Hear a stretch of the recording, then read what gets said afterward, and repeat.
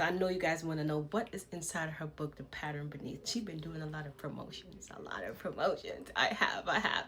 However, today I'm gonna talk about one topic in my book, and it's going to be about thoughts and thinking, right?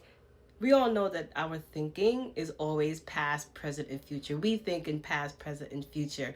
Whether we want to create something, whether we are problem solving, whether we go through some form of stress, whether we have a love interest, it's always in the past, present, or we're projecting into the future.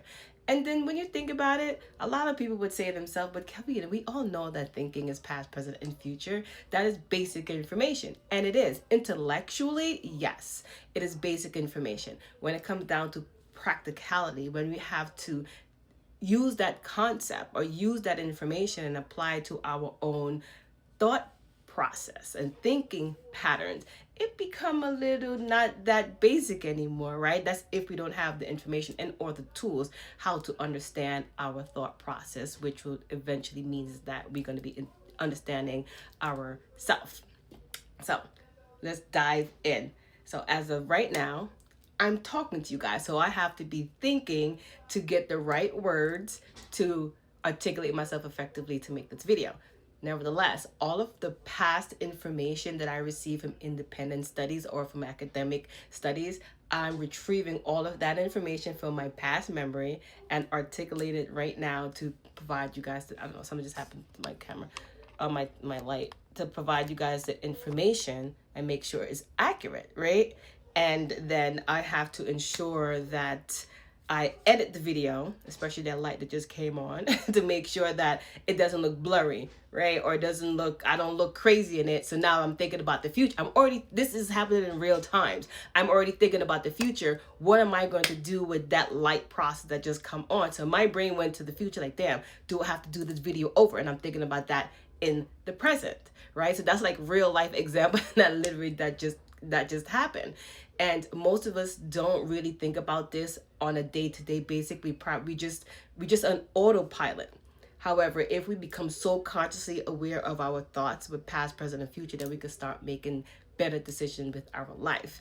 And that just threw me off because it's like a real life example just right now. And then in situations like this, it make me, this is like real time happening in real time, so make me realize that this is very interesting, because as I'm making this video talking about past, present, and future, when that light came on, my brain automatically went to the future saying like, I gotta edit this video because I gotta make sure that edit that part that my face was like very bright from the lighting.